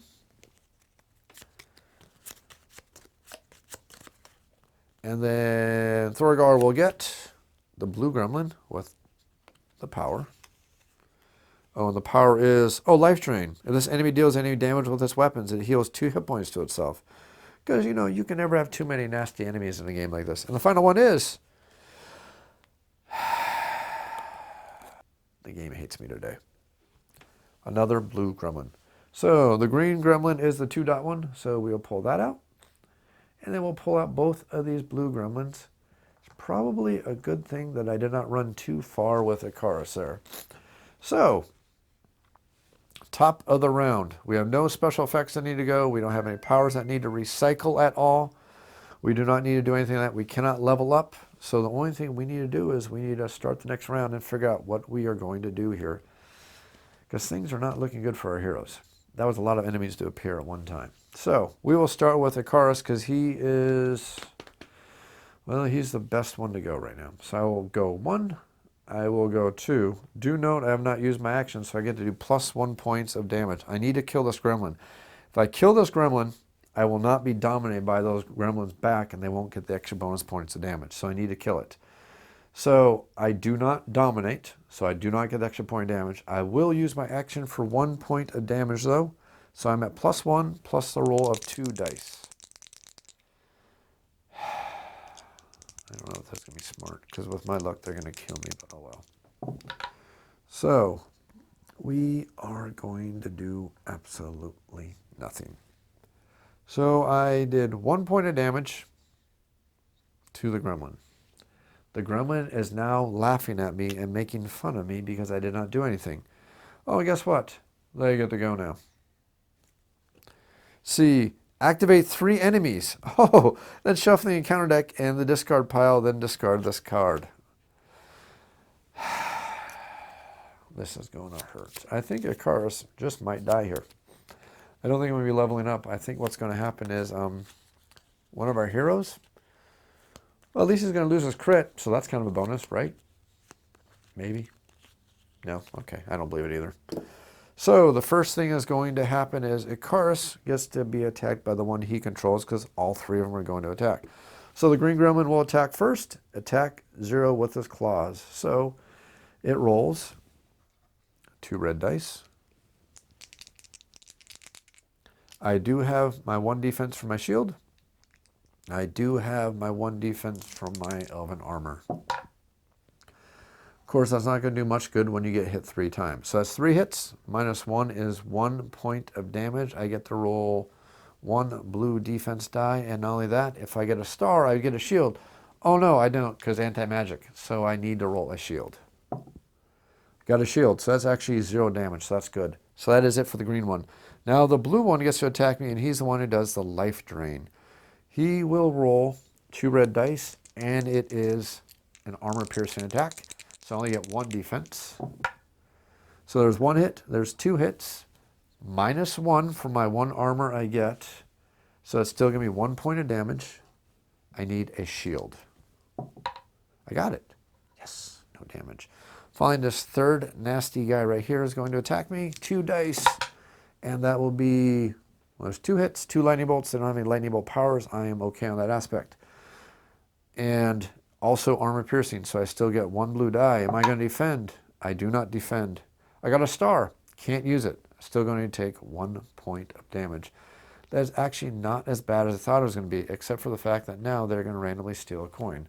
And I forgot to upgrade that to that. We will randomly lose that coin right there. Oh, joy. Just because it couldn't get any worse.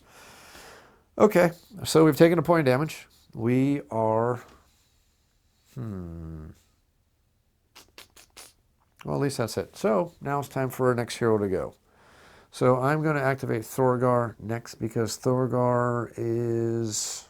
Actually, I'm not going to activate Thorgar. Well, shoot. Yeah, I kind of have to. Well, I could activate Shay. I'm going to activate Shay. Shay's going to come in here and go move 1, going to move 2. We are now equal to the enemy right now, so that's good. So no bonus there. I will use my 1 action for an extra point of damage. I'm rolling a red and a blue. I just need to get 1 point of damage. Quite literally, that's it. I got...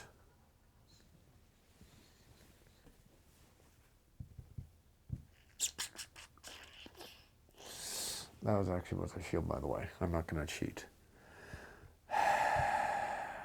I did 1 point of damage. No, wait, hold on. That's right. Perform an extra weapon attack with this weapon against the same enemy if you get the double S's. Yes. So I did 1 point of damage. Nasty little thing, and I get to do another attack. You will die. 2 lightning bolts. 1 lightning bolt is a crit.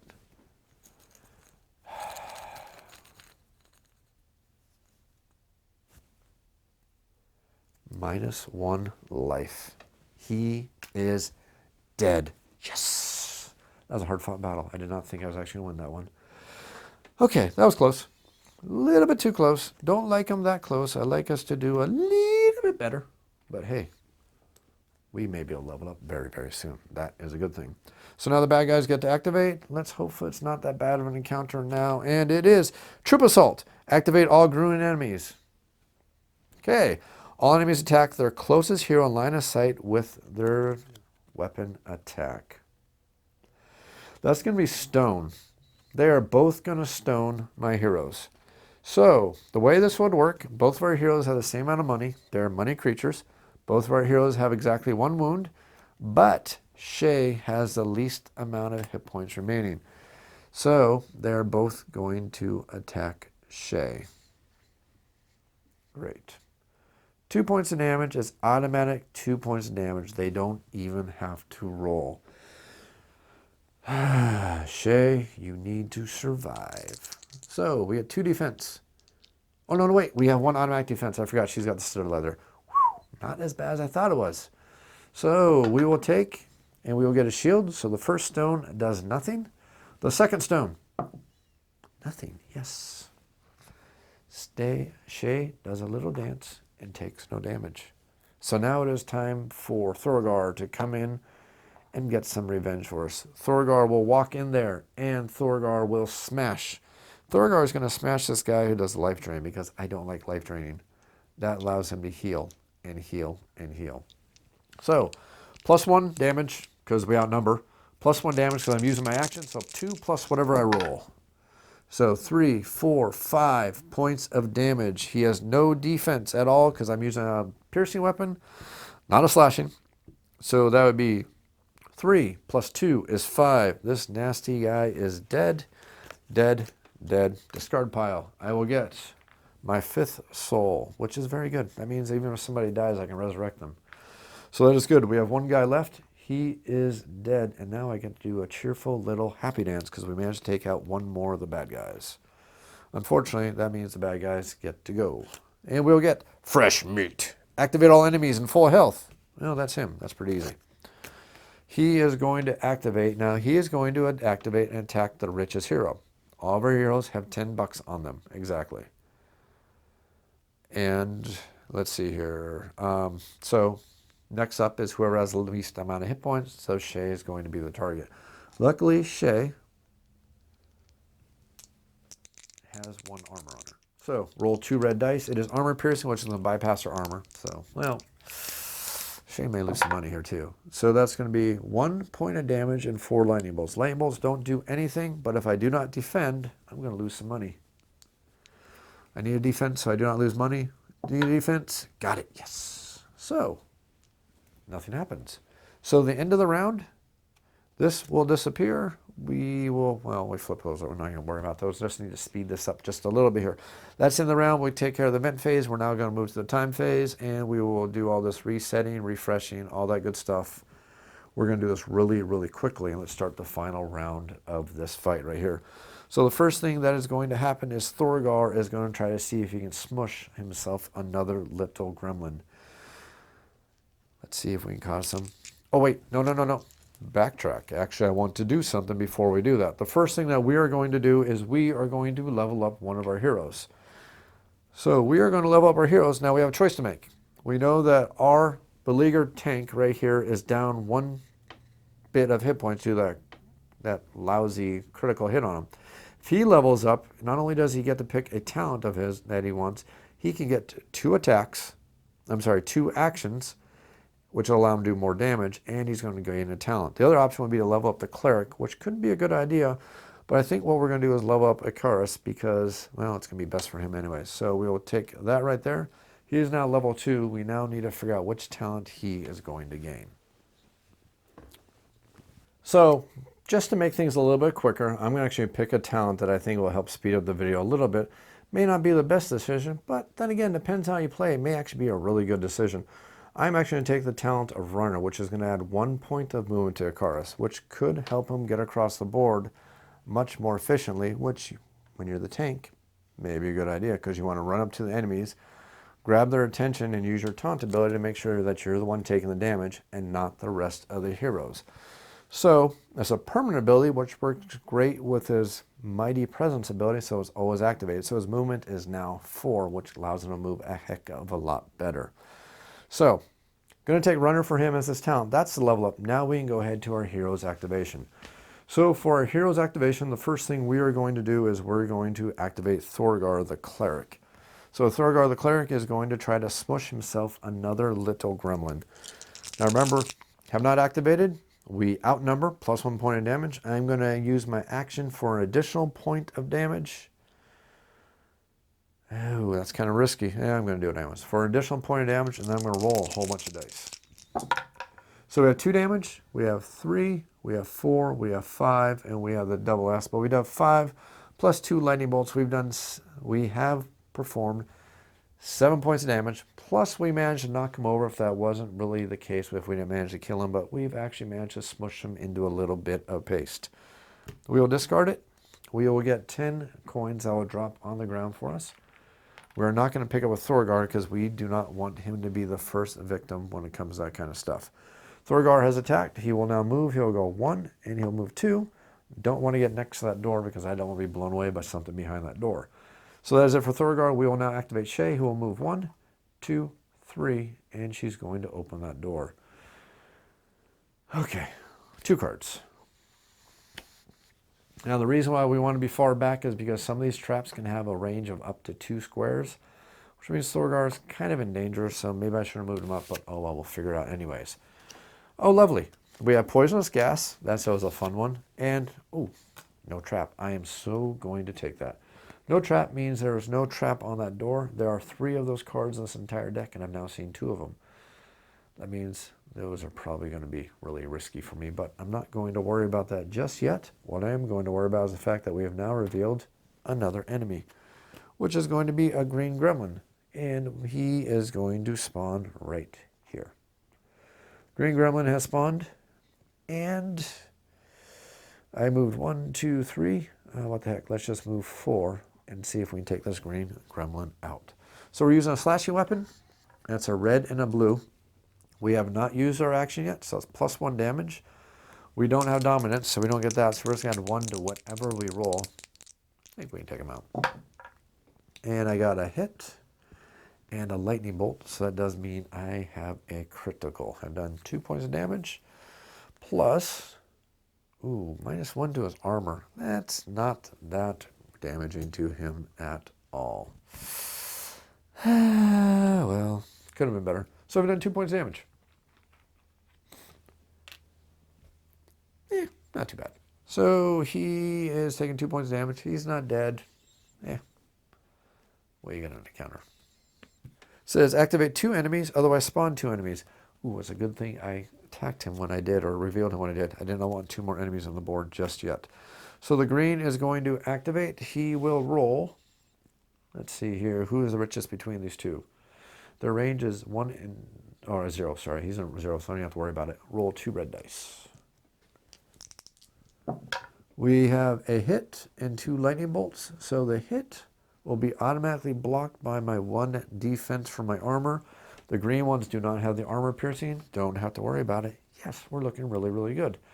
So next up is going to be Icarus, who will pick up this coin right here to make sure that he is the richest, because we want to take advantage of abusing the gremlins. 1, 2, 3. My 4 movement. And do notice, I have 4 movement now, so I still have my action. And I actually have 2 actions now, which is really, really nice. So I could actually move 1 more and still get the bonus to attack or exchange armor, do all that good stuff. We're going to go ahead and attack. So we're going to use one of our actions for the attack. I'm going to roll 2 red dice. So I'm at plus 1 because I outnumber, plus another point of damage for a bonus of plus 2 because of the using my action to attack. He's dead, but let's just show, that was actually pretty lousy. So 3 points of damage, 4 points of damage, and I could have rerolled a die if I wanted to, but I don't need to. He is dead. And I'm going to drop $5, which he will pick up. That gremlin has been removed from the board. All of our heroes have activated. Let's see what our event is. Divine Gift. Based on the active hero's soul, one hero heals 1 hit point, one enemy suffers 1 hit point of damage, or choose the effect. So, the active hero is Akaris. His soul is Law. By the way, there are rules in the game that you mix up the party with Law and Chaos if you want. I'm not using that advanced rule yet.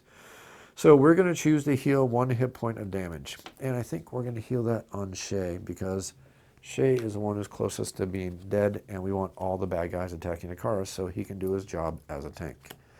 Start of the new round. We refresh everything. We cannot level anybody up. We don't have any long-term effects we need to worry about, like that nasty fire or poison. So let's go ahead and go back to our hero's turn. We are going to, let's see here.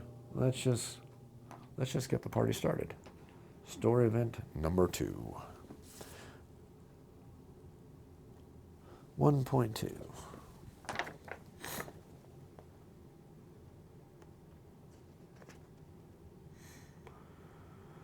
Oh, by the way, earlier I forgot to take my reward for saving the merchant in the cart, which would have been 20 gold. I completely forgot about that. That's the fun thing about doing these videos. You concentrate on so much and try to make the video be good that you forget to do little things like that. So we've got an extra $20. I would have said that would have went on Akaris. Sorry, it's a little bit retconning. I apologize, but at least you see how the game plays. So we need to go to story event number 1.2. Story event 2. The cathedral's entrance is a battlefield, and this is where we get to learn about really nasty red enemies.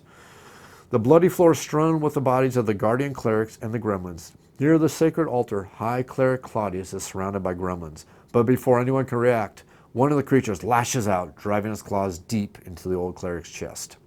The light in the eyes of this gremlin is bright and wickedly alive, betraying a malevolent intelligence that marks it as a chief. The heroes cannot do anything but avenge the High Cleric and kill the abomination. Place the red gremlin in story event area 2.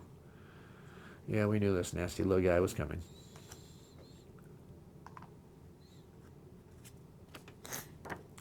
Open the shrine in waypoint number 2. If there are more than 3 heroes, spawn 1 enemy in the story event 2 area. There are not. Woohoo!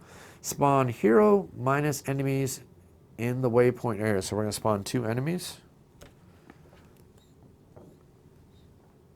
Poor planning on my part there, huh? So shuffle, shuffle, shuffle, shuffle, shuffle, shuffle, shuffle. Oops, we need our red guy. Oh, red gremlin. Oh, red gremlin. That is controlled by Icarus, and I need to draw his encounter or enemy power here in just a second. So this is controlled by Thorgar. This is controlled by Shay. Oh, of course. More enemy powers. Just what we always need. So, enemy power for the red guy is all attacks inflict -1 armor. Ooh, nasty. And not only that, so he does armor piercing, which, red guy, we need the red guy. He's already armor piercing, so now he's armor piercing of 2. Also, if I roll a gremlin, he hits everybody in the area. Gee, just what we need, a little bit of an AE attacking gremlin, just because you can never have too much nastiness with these guys. Second thing, arcane spines. If an attack deals damage to this enemy, the attacker suffers 1 hit point of damage. Oh, that's perfect on a blue gremlin. This is my, no, that wasn't my smile. So anyways, we have spawned. So place the story event card 2, revealed side, on top of the story deck, which we knew was going to happen. And then resume play until the red gremlin dies, and go to 1.12. The red gremlin is really, really, really nasty. So we got a dot and a double dot. So we got a green. Gotta make sure I spawn these guys in the right location. Hold on. Says spawn. Oh, waypoint 2 area. I gotta make sure I do that right. Sorry, I knew that seemed wrong. So he goes there, and this one is going to be the one with the rock. He will go right there. So, red gremlins are very, very nasty. They have armor piercing. They roll 3 dice for their claw attack. And they also have quickness, which means it does not matter what this encounter card says. He is going to attack every single round. He must die very, very, very quickly. So, we started the new round. I have only moved. Correct? Yeah. No, I've got to go by memory here. So the only thing we have done is we have moved. So he can still make his attack, which is good because this nasty little gremlin has 6 life points. He takes -1 damage from slashing. He already has 1 armor. And don't forget, he's going to attack every single round. He also has banding if he outnumbers. He gets +2 damage, so we want to make sure that does not happen. And he also has a sharp spine. If this enemy suffers any damage, all heroes in this area suffer 1 hit point. Keyword is suffer. Check out the tutorial video to understand why that is such a nasty keyword. So we are going to attack. I will use a red and a blue die. I will use my action to attack. I outnumber, so I'm automatically going to get an extra 2 points of damage. I need to roll really, really, really well here. So we will roll, and we will get a hit, a star, and 2 lightning bolts. Ooh, what do I want to do here?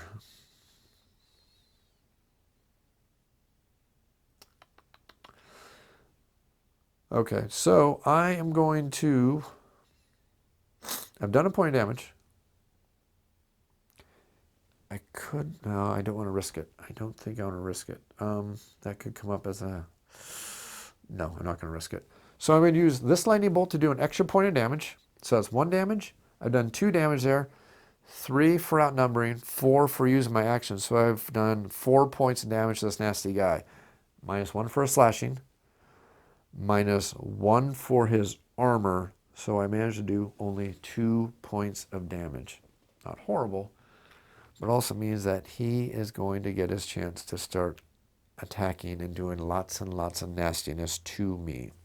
So it is now the encounter turn. We draw an encounter card, and no matter what this says, he is going to activate. Even if it doesn't mention him, he is still going to activate. So we're going to hope that it's going to make him activate, because that makes our life a lot better. It says activate all faith enemies. Otherwise, the active hero must shift 1 used power back 1 hour. Oh, corrupt the will. I didn't use any powers. Yes. That was perfect. Kind of. The red guy still gets to go. So the red guy is going to attack the hero who has the most wounds on him, which fortunately is a Kararis, so it's a good thing that we planned it that way. He does not have banding, but he's going to move and engage and attack with his claws. He rolls 3 red dice. Now remember, it's armor piercing 1, it's armor piercing 2 because of a special ability. So I automatically have no armor against this automatic armor. All I have is the roll of 3, 4 blue dice, possibly, if he hits me 4 times. So we have 1 hit. That's actually a pretty lousy roll for him. That actually worked out pretty darn good. So 1 hit, I get to roll 1 blue die. And kind of lightning bolt, which I believe does not help me, right? Nope, I needed a star. So I'm going to take 1 point of damage. That actually was not as bad as I thought it was going to be. Except for the fact that I forgot to take my point of damage when I hit him earlier, so I am now at 3 wounds. So, remember, I only have 6 hit points because of the crit that's on me, so I now have half my life left. That's actually pretty darn nasty. So, next up is going to be our hero. So, the Thorgar can move 1, 2, and 3 and get into this area. So, I'm going to activate Thorgar next. Especially since if I get in there, I want to do a heal. So 1, 2, and 3. Thorgar is going to move in there, and then I am going to use my action to heal. I'm going to heal 2 points of damage on Icarus, so Icarus does not die because we do not want that to happen. And trust me, these red guys can be extremely nasty. I'm going to use my attack to perform an attack. 2 blues, 2 reds. I cannot focus, but I do outnumber, so I have +1 points of damage. So I have 1, I have 2, I have 3, I have 4 points of damage plus a whole bunch of stars. I do not need stars, I need lightning bolts. So I have 5 points of damage I managed to do. It's not a slashing weapon, so I'm still doing 5 points of damage. -1 for his armor, so I've done 4 points of damage, and he rolls 2 blue dice in defense. So I got 4 damage, minus 1 shield, so I managed to do 3 points of damage to him. So he now is 1 hit point away from dying. So that's actually pretty darn good. The negative is now you will take 1 point of damage, and now you will also take 1 point of damage. It's getting close. We might win this. We might win this. We might. Actually, I'm hoping we win this. Flip over the next encounter card. It says, activate all red enemies. Yes, perfect. This game is suddenly going in our favor quite a bit. So the red guy is going to attack. Now, he is going to attack the hero with the most wounds. Fortunately, that's still Icarus, because Icarus has 2 wounds versus Thorgar, who only has 1 wound. So this is good. As good as it can be to be attacked by a ravenous gremlin who is trying to rip your heart out, but, you know, details. I rolled a hit, the double S, which does nothing, and 2 lightning bolts. I could not be getting much luckier than this. So the negative here is that armor piercing times 2, I am taking 1 point of damage. I get to roll 1 blue die. Let's see if I can not die. That was a shield. That was so sad. In the box, or it counts. 1 shield, no damage. Life is awesome. Okay, Shay, it is your turn to end the life of this horrible red gremlin. And we can do it. So Shay will move in. Shay will roll a red and a blue. Now, we outnumber. That's plus 1 point of damage.